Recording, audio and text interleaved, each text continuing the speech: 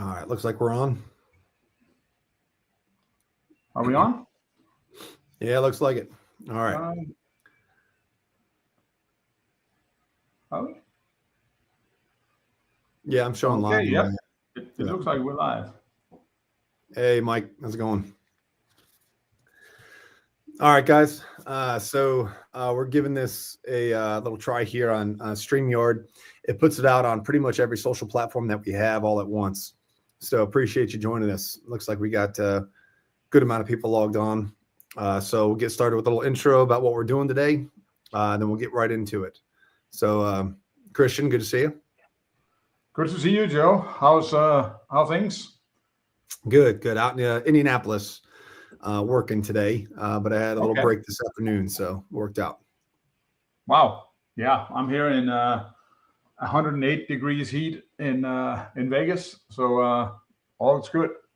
Yeah, good stuff. All right, guys. So one of the things that we kind of do is track obviously what's trending, what's going on, and over the past couple of months, there's been several instances of data getting leaked out by bodyguards, by executive protection agents, and it's exposing their principles and what they do, where they are, who they're meeting with, where they're meeting, where they're traveling, and it's one of those things where we just kind of collectively thought together. Christian and I were like, well, we need a little reality check. We need something that says, hey, we got to stop doing this, and we need to be careful with this. So Christian and I want to put this together and put it out there, basically saying, we're all using smart devices, but let's avoid the dumb moves. Let's avoid what's been happening, and let's give ourselves a reality check so we can move through it and keep ourselves protected, and obviously our clients as well. And it's actually, before you get started, Joe, there's actually one thing that I kind of want to remind everybody. If we go back to when social media became a thing, and I don't know what that is, but I'll say it might be 8-10 years ago, when our principals for the first time started using social media to communicate with companies and promote companies and whatever, we kind of were in the same problem, right? Because all of a sudden our principals were checking in on Facebook, they were going live, and they were giving away their locations. And we kind of came up with procedures, and we kind of taught them not to do that. And if they were doing it, let's do it when we leave a location, right? But it was kind of easy for us because that was kind of a manual control where we could say, hey, don't do that. And when you're in the place, do it when you leave. So we don't kind of like alert people to where we are. Now, what's happening is kind of stuff that might be turned on our phones that we don't think about. And it gives us away without us seeing it. So it's a little bit more complicated now than it was those 8-10 years ago. And that's why I think what Joe is going to run over here for the most part is so important for all of us. Yeah, exactly. Especially when we're managing multiple devices too. So one of the things that we'll talk about is, you might have a work phone that has an MDM, a mobile device management software, and it's controlled, it's locked down. But what about your personal devices? You're bringing those with you on a trip, and they could be sharing your location with who knows who. And, that's kind of the stuff we're going to be talking about. So good stuff, guys. Why this is important is what Christian said is it's the client's information, and it's our information that is exposing the client because we're traveling with them. So as you can see here on the right, the Swedish Bodyguard's fitness app data reveals private locations of the Swedish royal family. So his private practices of, going on a run and sharing that information over his fitness app, obviously people know who that guy is. So now they put 2 and 2 together, connect the dots, and they know where the royal family is. So you can see the connectivity here. So as the slide suggests here, apps know a lot more, and they share a lot more than you think. They're sharing everything. They share all of the locations that you go to. They're sharing all of the Wi-Fi that you connect to. That way they also know the location by the Wi-Fi that you connect to. There's so much stuff that gets shared, and I'll show you how you can reveal what your phone is tracking and who your phone is sending it to. Okay, so we'll get into that. And another big reason why this is so important, and Christian, you and I were talking about this just over the past couple of days. The CEOs out there have such growing concerns over data, over cyber attacks, data breaches, and insider threats related to data, stealing data, and breaching data. So if you look at it in 2024, the CEOs that were polled in this study by Security Week said their top 3 security concerns were all cyber related: cyber attacks, data breaches, and insider threats dealing with data, stealing data and selling data. And a recent study, or rather a recent poll of CEOs, showed that 87% of CEOs believe that they need stronger safeguards for data, especially with the use of AI and how much companies are using AI and related tools. 87% believe that they're not doing enough to protect data. Those are huge numbers. So this is very, very important to your CEOs, to your clients. So if it's, it should be important to you as well. Yeah. All right. Good. Do you have something, Christian? No, what I kind of wanted to add into this is we also got to remember that data is one thing when the CEOs and our principals work for a company. When they work for a company, there are typically guidelines, there are typically IT support, there are typically people that monitor social media and monitor whatever goes out of the company. But the minute that he goes home, or when he goes on vacation, or when he works from or is with his family, privately, a lot of people, some people have private family offices and stuff like that. They might have a full-time IT guy, but a lot of them don't have guidelines and stuff like that. And it's very few that have educated their families. It's very few that has kind of like taken training or done stuff to secure the rest of the family, right? And that's where it becomes really, really complicated for us. Yeah, for sure. Yeah. So good stuff. So what we're going to talk about, guys, is some real world data leaks, just to show you what we're talking about. We're going to talk about some apps and things that pose the greatest concern to your privacy and your client's privacy based on those events. And then we'll talk about what steps you can take to protect your privacy and your client's privacy. All right. So getting right into it, you can look at this slide here. There were several instances over the past, most of these occurred over the past couple of months. And then one of these was a year or two ago. But the Swedish Prime Minister, the royal family, President Macron, Zuckerberg, even Jennifer Lopez, even President Biden have had their personal homes, vacation locations, routes, meetings, locations, their meeting locations, their exercise routines, etc., all compromised by their security through app data leakage. Okay, so all of these breaches that we're talking about were through their personal security. Their breach occurred to give their clients information out there. So that's huge. This isn't something where, somebody stole it or, somebody got it from the client. Something the apps that the bodyguards were using actually leaked it. So that's why these are so important to understand. And just like anything else, to prevent it from happening, we want to really understand, what happened so we don't make the same mistakes. Not trying to beat these guys up. These were, honest mistakes. These weren't, they didn't sell the information. They just didn't understand how this works. The location awareness that are on your phone and all this stuff that we're going to talk about. So lots of instances of this, even more so that don't make it public. But these were some of the public high profile data leaks that were out there. So what's important to understand is what is data leakage. So what is data leakage? And understand leakage. It's just like a leak in a ship. It's an unintended exposure. Something's getting out and it's not intended. It's not given out. It's not stolen. It's given out unintentionally. And that's important to understand because that's what most of these occurred.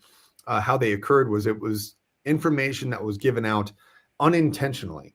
So there was honest intentions and the information was just leaked. So data leakage refers to the unintended or unauthorized exposure of sensitive data. How did this happen in most cases was through location tracking. Always on location tracking is one of the primary things that you need to look for on your devices. Every smart device nowadays has GPS capability, even, your watches, right? Your Garmin watches, Apple watches, everything else. So they have location capability. So understand if it's tracking your location, where is that information going? Who's using that location data? What sites is that location data going to? Okay. There's other ways that data can be leaked through unencrypted transmissions and metadata and whatever else. That's pretty rare. And then, of course, there's data brokers out there that sell that data. Usually not all of the pieces. That's why it's still technically legal for them to do it, because they're not selling, say, for example, your name and phone number with the location, but they're sending something about you, like your user ID or something, which is usually like your IMEI number. And they sell that with your location. So these are the three primary ways that the data leakages have occurred: location tracking, unencrypted transmissions, and data brokers selling information. All right. So that's what we're going to focus on preventing, right? So based on what has happened, what are some leaky apps? Meaning, what are some apps that leak information, both historically and just from looking at them to see their policies and everything else? So the primary one is fitness apps. Fitness apps, by what they do, they track your location, your runs, etc., and they share that for everybody else to see. And if you have always on location awareness, they can track you all the time, and they're going to send that information out. So in several of those instances, it was actually the same app called Strava that actually leaked out that information for a lot of those individuals that we talked about in the previous slides. So fitness apps have been the primary culprit, but there's other ones to be considered of. So a lot of dating apps have very, very poor security, and they are targeted very, very commonly. So all of the information that you have on a dating app, if that app gets breached, that's all out there. So your location, your passwords, all the information that you put into those apps, that's all out there. So those dating apps are very commonly breached. You can look it up how many times they've been breached. They're the most commonly breached apps, and all your stuff's out there. So one of the things I recommend to people is, if you are going to sign up on any of these kind of apps, use information that is not tied to you. Don't use your real phone numbers to register, to your real emails. Set up other emails. I'm not saying to hide your information on dating apps. That's not what I'm saying. Use your name and everything else, but use not your legitimate everyday phone number. Don't use your, joseph.m.lasorsa@gmail.com, right? Don't use your name's email, stuff like that.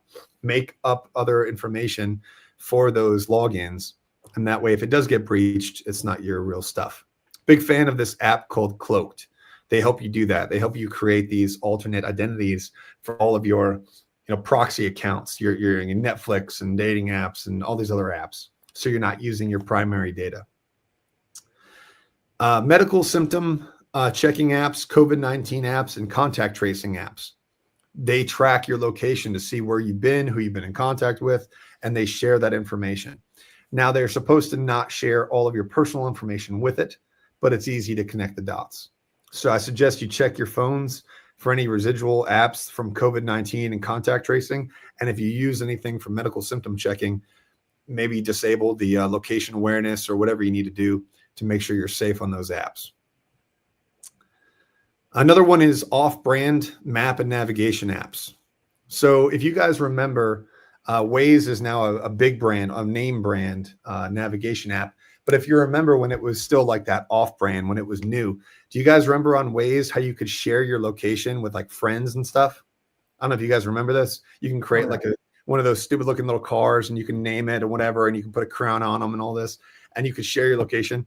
That kind of stuff. You're sharing your location with all these people. And if you use your real name on there, everyone's seeing where you're going.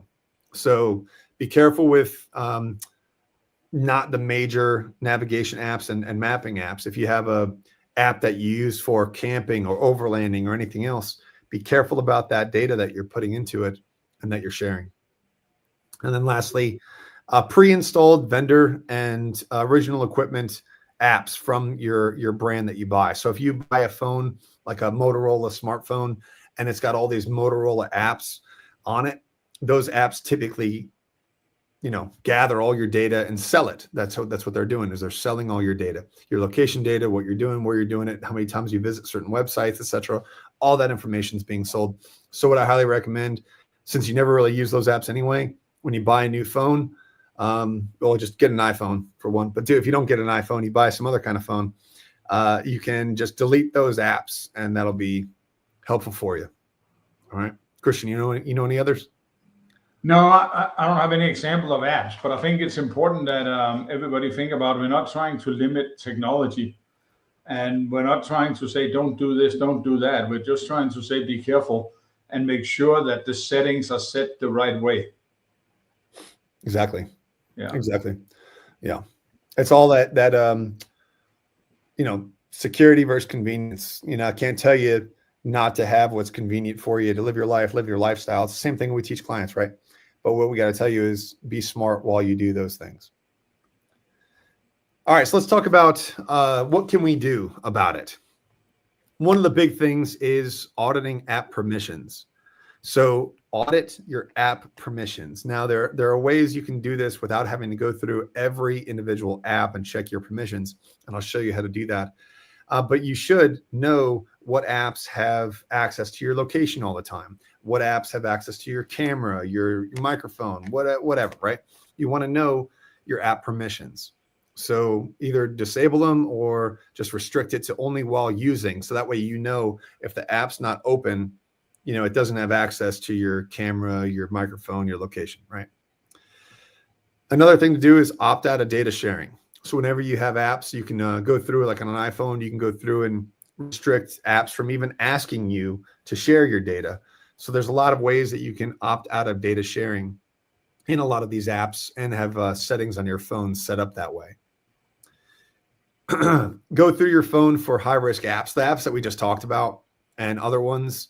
There's a lot of other unsecured apps that are out there. You can Google for, high-risk apps and look at the ones that we already gave you and just, reconsider those. Okay. And especially if that's on your device that you travel with on advances for something. One thing to think about, guys, is imagine, we have this high-profile CEO. Imagine if we could get the location data off the advance agent's phone. Look at how good that would be if we're the bad guy. Because not only do we know, where the principal's going to be, which is more useful than where he is. Because where he is, we have to get to him and he might be gone by that point. But if we know the principal, if we have tracked the advance agent's phone and we could see the hotels they went to in Vienna and the stadium they went to in this location, whatever, now we just set up there. So think about how important this is to restrict this information on your personal phone and work phone when you're working, when you're doing advances particularly, right? The last point there is consider the need for the pre-installed apps. Already kind of talked about that, the vendor apps and everything else. Just if you don't need it, guys, offload it, get rid of it. You can always put it back on if you're like, oh, shoot, I did need that. Then just put it back on. But if you get rid of an app and you never think about it again, hey, you just won the battle. You know what I mean? So that's what I would suggest. And there's a lot of us who have two phones, right? A lot of us have a work phone and a private phone, so we don't mix up stuff. Remember to do it on both phones. Yeah, for sure. And this is the great tip here. This privacy report that's built into your phones. And here's the notes on how to set it up on iPhone and Android. And I highly recommend you guys do this because it is a pain to go through every individual app and check for all the permissions. So what you do here is on an iPhone, for instance, you go into settings, privacy and security, scroll down to app privacy report and hit enable. Now it'll run in the background. And what it does is it tracks what apps have access to your location, to your camera, to your microphone, to what you type into the screen. I mean, it'll show you what apps have access to what. Okay. So it says data and sensor access on there, for instance. And then it gives you the app network activity, how much data is actually being sent over these apps. And when you see in the picture here, when you click those items, it gives you a lot more information. And then one of the things that you want to look for big time is when you scroll down, it'll actually show you where that data is being sent. So not only does it show you who has access to what sensors, how much data they're sending, it shows you where they're sending it. So if you have something that you don't understand why it's taking so much data from all your sensors and sending it to a weird website, you should probably get rid of it or minimally turn off those permissions. Okay, so the app privacy report is such an underutilized tool. I feel like most of the phone, I actually did it today. I actually looked at a client's phone today here in Indianapolis, and he was worried about privacy on his device. And I said, here, let me show you. Let's check your privacy report. It wasn't enabled. Not a big deal. Most people don't know about it. I'm not knocking him. Like, most people don't know about this. So his privacy report was not enabled. So we turned it on. So now I can't do anything today. It's got to run for, a week. And then you look at the data.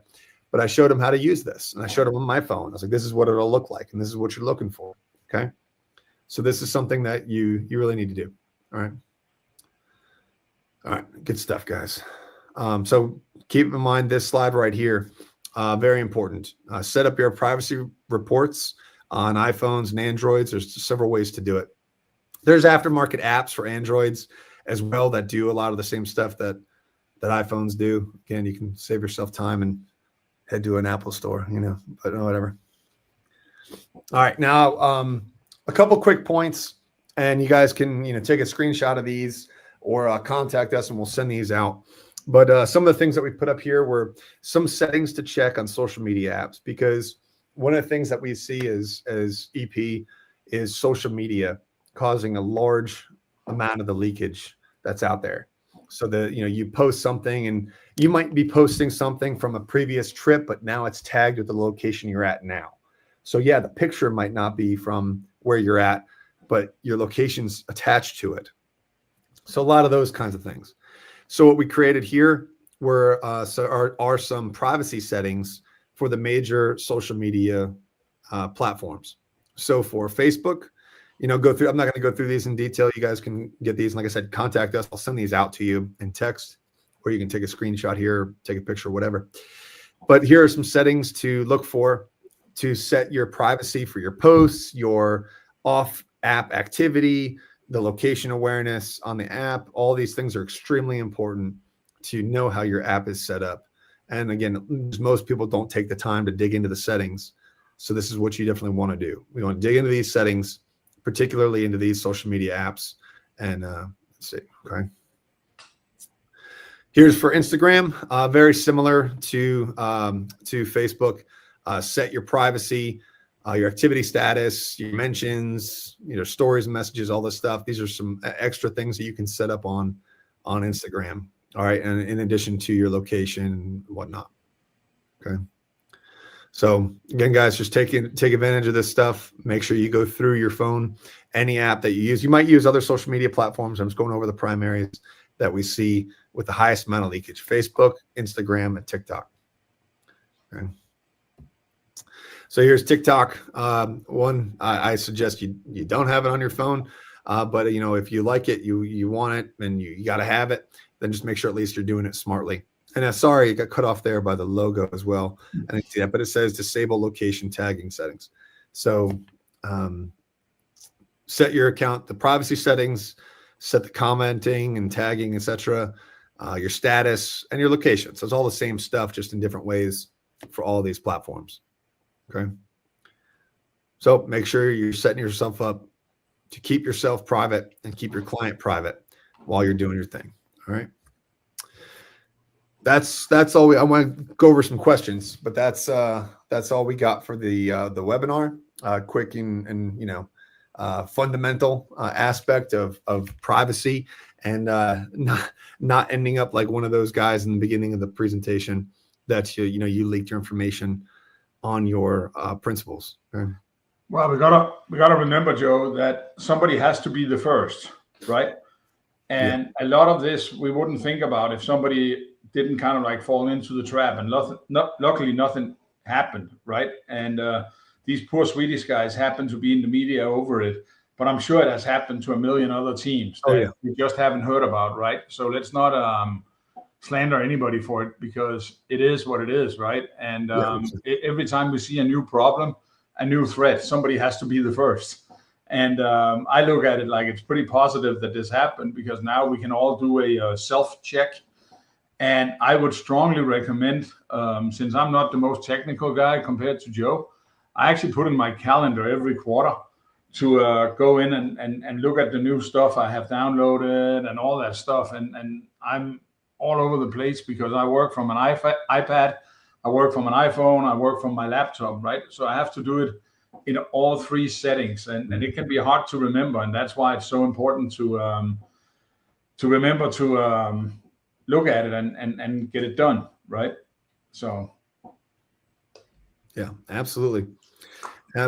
So a couple questions that I'm looking at here. One was, how do you protect yourself from somebody recording your phone call? Honestly, you can't. The only way, iPhones, if they're using the iPhone to record it, it will announce it. But in most states in this country, in the USA, you are not obligated to disclose when you are recording something that you are a part of. So, and it's just to your question, who's on there as a silver star, to how to protect yourself against people recording your phone calls when it's the person on the other end recording you. There's almost no way to do that. That's just the way it is. Yeah. Sucks. Tony Chu, I think it is, ask if Faraday Bags works, and the good ones work really well, really well. And yeah, sorry, go ahead. I was gonna say one thing I learned the hard way is, Tony and everybody else that's interested in this, if you use a Faraday bag, make sure you shut off your Wi-Fi and Bluetooth and the connectivity when you stick it into the bag, because otherwise your device is going to constantly try to connect and it can't, and it will kill your battery. So I learned that the hard way. So they definitely work. Big fan. I've got 2 cell phone bags with me. I use one all the time, and then I have a laptop bag as well. I've got the silent bags. They're expensive, but they're very, very durable. They're very good. They work very well. But I would just tell you again, whenever you put a device in there, you don't have to shut it off, but and don't just put on airplane mode either. Make sure Wi-Fi and Bluetooth and your cell service is turned off when you put it in there. And real quick, last point, Tony, and everybody interested in Faraday bags, keep in mind when you put it in a Faraday bag, Find My and all those location deals, they don't work anymore. So you have to be careful. There's a pro con to this. You put it in a Faraday, like say, for example, my laptop, I can track it on Find My. I put it in my silent sleeve and I shut off Wi-Fi, Bluetooth, everything. I put it in my silent sleeve. I have no idea where that thing is. Yeah, it's in my backpack. But yeah, those are the comments I had. No, and you got to remember that Faraday bags, you can get them for down to $20 on Amazon and places like that. So there really no excuse for it. And one of the things that I always do is traveling with it with clients. So let's say we go to places where they want to take a burner phone or a kind of cleaned down version of their computer, because we go to China or places where it's common that they try to get your information. It gives you some level of protection, and your clients always love it when you have kind of an answer to the problems that everybody knows about. So I would say anybody that's in EP should have at least a Faraday bag for their phone and their computer, and maybe also an extra one for the client's phone and laptop. Yeah, for sure. I really agree with that. It's actually come in handy big time. That's actually why I actually invested in the silent bags, was because I had the cheapies, which they don't work as well. They don't work as fast, which tells you they don't work as well. But they work. They do work. The good ones work better.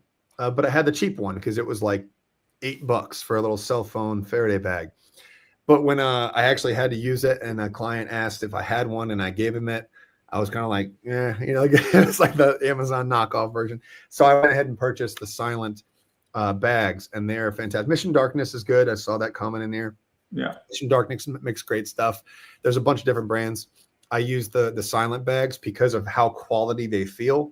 So now I have no qualms in handing that to a client and be like, here, put your device in this, because it just feels good, Yeah. There's also another comment in here from Thomas Holt that's really, really, really good. And that is, this has been a problem since 2018. And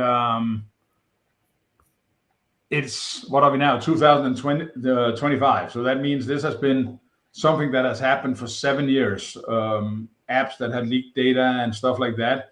So if you don't take this serious, you are pretty far behind, because this is an issue.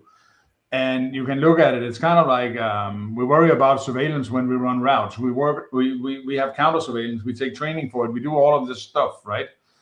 But does it really work? if we don't do it for our technology, because here they can see it from a mile away. We don't even have to go anywhere, right? They can kind of like, they don't have to follow us or anything. And when we talk about this, especially if you're not as technology minded as Joe or myself included, one of the things that I always try to tell our clients is that there are professional companies out there that can help you minimize your digital footprint, and they can help you take down, and they can help you monitor your professional or your IT footprint and your digital footprint. Make sure that your clients are aware and have a company that you can refer to, because this is a thing. And if you don't do that, you have to be so exceptional good at it that I'm almost sure that you will fail, right? Because there's so much stuff going on and you have to constantly keep up with it. What do you think about that, Joe? Do you agree? That's what I was going to say was, to Thomas's point, is it's great to learn from history. One, just that's of course a personal thing too. If you just pay attention or don't pay attention to it, you're not going to listen. You're not going to learn from what you don't pay attention to. But two, that last point that Christian said was things kind of change so rapidly, and the app settings and the new abilities for the apps to track you and release information all change. So yeah, this has been a problem since 2000, mid 2000s, I'll say. But yeah, I mean, all we can do is what we can do and do these information sharing webinars, and hopefully people can stay out of the hot water here. Stephen, that's a great comment. How do you mitigate this issue with staff of your clients? That's a hard one. Okay, so we're the staff of our clients too, and so that's to demonstrate how hard the issue is. Look at it; it happens with us. It happens with security, with the bodyguards, right? So that's the issue. Now, what I've done is made very simple little like one pagers about things like information security, cell phone security. Like, I don't know if you've seen it, what I put out there, C3P2R. So how to control the data in your cell phones. And I make these very simple one pagers and send them out to everybody. And they seem to be pretty well received, at least for a short while until they get complacent again. But that's a tough one, Stephen. Good comment there. No, and it also has to be part of, a lot of times we train staff in security awareness. We train them to pay attention. We train them to let us know if they see something suspicious. We should, of course, train staff in at least basic security around their devices. It's kind of like having, in the old days, we used to have document control for printed out agendas, right? And we kind of like had to make sure we knew how many agendas was floating around and stuff like that. Yeah. It was a lot easier, but it's kind of the same thing, right? So if you work with a CEO or a principal or whatever, and there is staff around, it's definitely something to bring up. And it's also a way where I feel you can turn it around and you can shine, right? You can build rapport, you can build relationships, and you can use this in a very positive way to get traction in the private family office and on the C-suite, because everybody is aware that this is a problem. Yeah, good stuff. So Daniel says, even with the privacy settings, do you still prioritize staying off these apps before, during, after trips? Yeah, I mean, it's one of those things where it's just better not to do it while you're traveling. It depends on what you're doing. I'll be on a consulting trip and it doesn't matter who I am or where I'm with, and I'll post something. People are like, oh, you can't post that while you're working. You don't know what I'm doing, So it depends on what you're doing. But if you're on an advance, particularly, I want to stress that point again. If you're on an advance, and I bring that up because people tend to see it the other way around. They see like I'm not with a client, I'm on an advance. I can post pictures of this beautiful, hotel or whatever. That's the time that you need to be particularly careful, is when you're on advance. And of course, when you're with the principal. So those times I would say, stay off of them. So, I mean, but again, it's up to you. Just be smart while you're doing it if you're going to do it. You know what I mean? Yeah. Did you see the one about the AirTags, Joe? Yeah, no, I didn't. Let me see. Where'd that go? There's a question about leakage from Apple AirTags.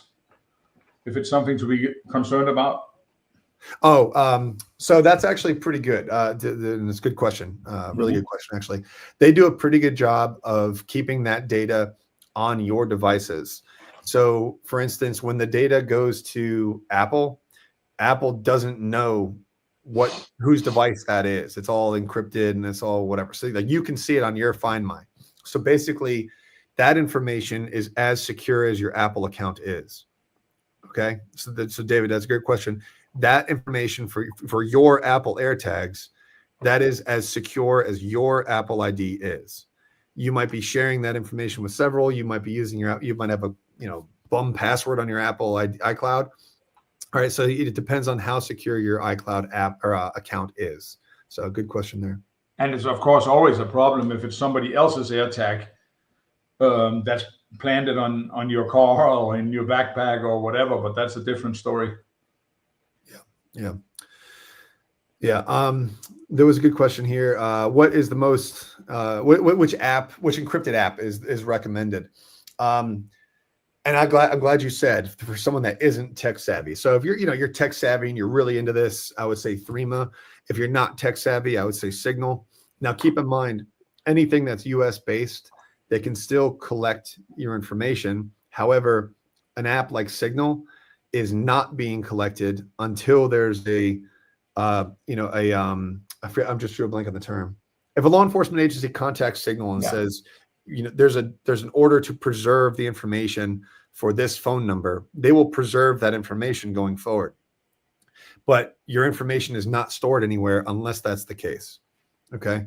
So Signal, in my opinion, to answer your question directly, is the best apps. And it's not much better than WhatsApp anymore. WhatsApp fixed the issues that they originally had.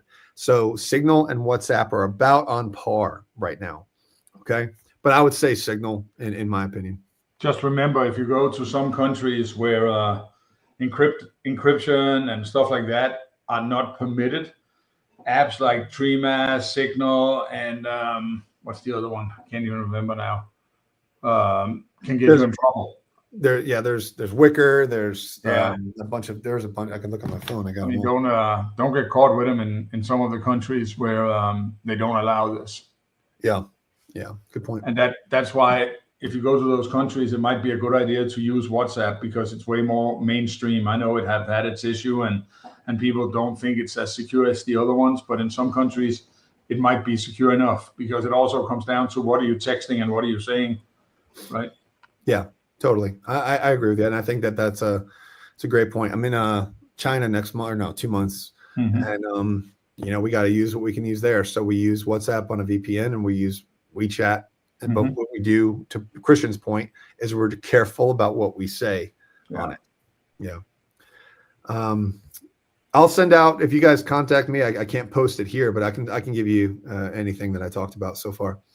Mike's comment here: keeping your Wi-Fi and Bluetooth on, off, and open backdoors for attackers inside you. Take precautions. So one of the things that I would say is it comes down to C3P2R. C3P2R. Everyone knows CPR. So think about C3P2R. So where you charge, your physical control of your phone, and your connections. So charging, control, and connections. Connections is the Wi-Fi connections. So if you don't need Wi-Fi or Bluetooth, I suggest you shut it off because your Wi-Fi is constantly pinging saying, hey, can we connect? Can we talk? And so is Bluetooth.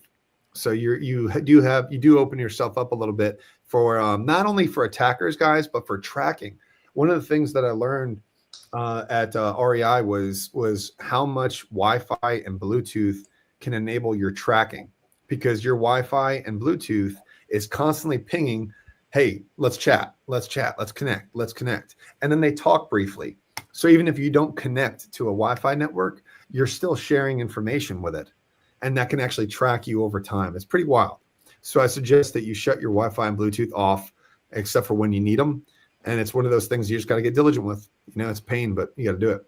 I'll post it. I did create shortcuts for iPhones to do that very simply, to be able to control your you can create these shortcuts, which I did. And that will help you. I just posted it. That will help you actually just go in and shut off your Wi-Fi or your cellular or your Bluetooth, because putting your phone on airplane mode doesn't necessarily do that. So, well, there you go. All right. Good stuff, guys. Hey, really good questions, and really appreciate you guys' input. That was awesome. That was thank you guys for the participation. It's always more fun to do these things when there's questions and comments and engagement. So this is awesome. Yeah, that was great. Good stuff, guys. If you have anything else, please get with us. Our information's up here on the screen, and please feel free to reach out with anything. One last question real quick. Is there anything? No, not necessarily, Stephen. The only thing that I would suggest is a high-end endpoint security solution. If you use SentinelOne, great. Minimally, I would say use Microsoft Defender. I posted about that recently. That will help you out. Microsoft Defender, I think, is one of the most overlooked aspects of a Microsoft account. If you have a paid Microsoft account, you can download Microsoft Defender on all your devices, iPhones included, and it gives you excellent endpoint protection. Anti-phishing, anti-malware, tracking, all kinds of stuff, antivirus, all kinds of stuff. And it's built into your Microsoft account. Take advantage of it. So, all right, guys. Well, good stuff. All right, Christian. Yep. See you next Thanks, time. man. It was always fun as always. Yeah, good stuff. All right, guys. We'll see you. Thank you, guys.